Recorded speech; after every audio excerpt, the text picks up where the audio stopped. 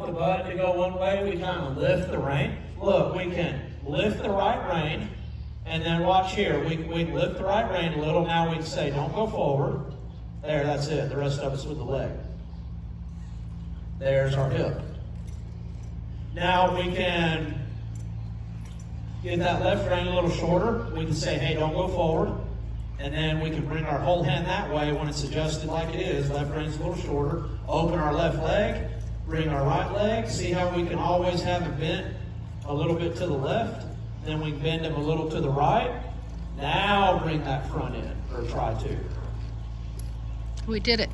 Let's wait a little bit longer. He'll make it here. Watch his feet. There. Y'all see that moment where it reached? So look, we can back him straight, maybe. Then as we're backing, we're just going to draw on the right rein a little more, and it'll have him back that way.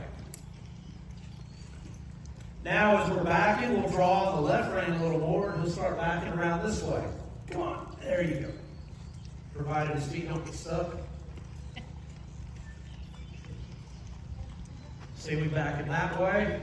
Now we'll draw the right rein a little bit and have him start backing towards the out gate over there. Keep backing, dude. There you go. There you go. So now, shorten up a little bit again. That's the key to how you can be one-handed. Move both ends to the right. Stop the front end, let the hip keep going. Drop the hip, bring the front end to the left. Pick up the hip, bring it to the left. Stuck. There it came.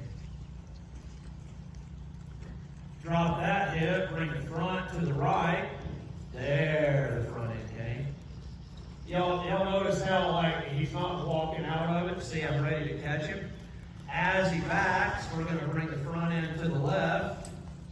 There. Now, as he backs, we're going to bring the front end to the left. As he backs, front end to the left. That was the best one. As he backs, front end to the left. As he backs, front end to the right. Catch him so he don't lean forward. As he backs, front end to the right. This time we'll back straight, or try to. Kind of falling and hanging on the bit a little bit right there. There. Right there is where you get your light. Now we'll let him stop right here. Bring the hip one step to the right. Bring the hip one step to the left. See, he's a little lost right here. So let him work on it.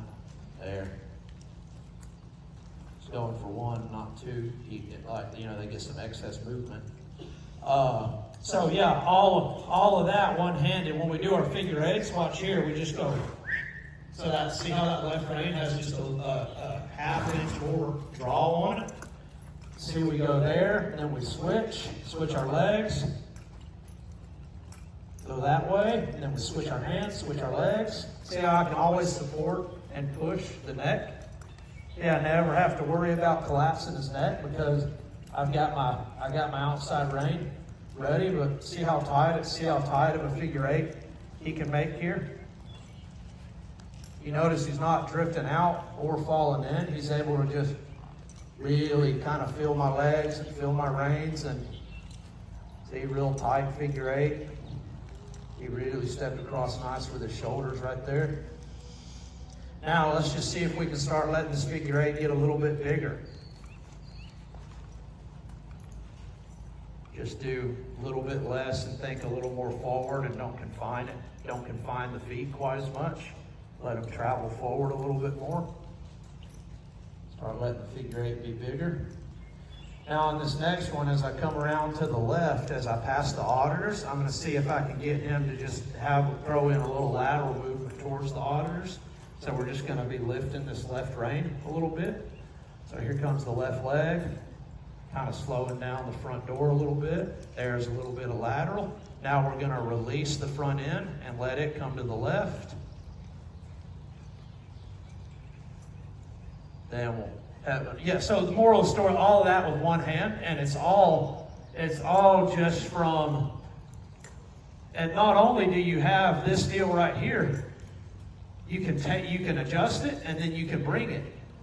See? Then we can adjust it, and then we can bring it. Waiting on it, waiting on it, waiting on it. And hang in there, won't try to get it to be a little bit cleaner.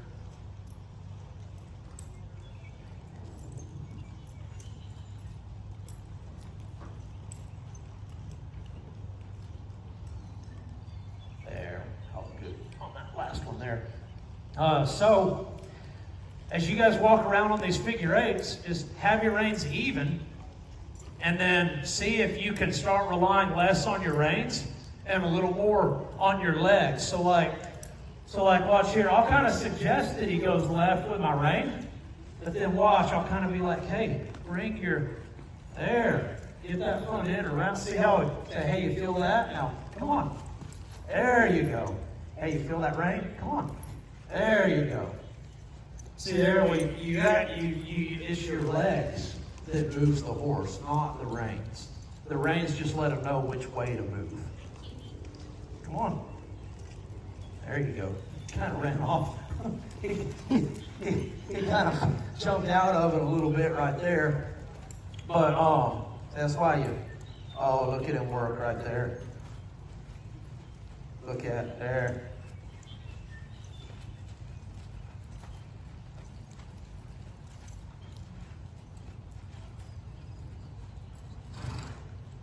And if we can get him to rock back a little bit right here. See that? There you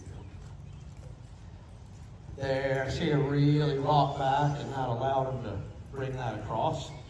So, yeah, there's once you can kind of get that stuff going, there's a whole bunch of fun stuff you can do. But the reason I want you guys to ride around, thank you very much. Thank you. The reason I want you guys to ride around one-handed is because it's going to kind of force you to see how, instead of using a whole lot in kind of maybe not a super great way, you can start to see how you can use very little in a really good approach, like in a way that's really clear. And it's actually more effective than when you were using a whole lot with a pretty bad approach, you know.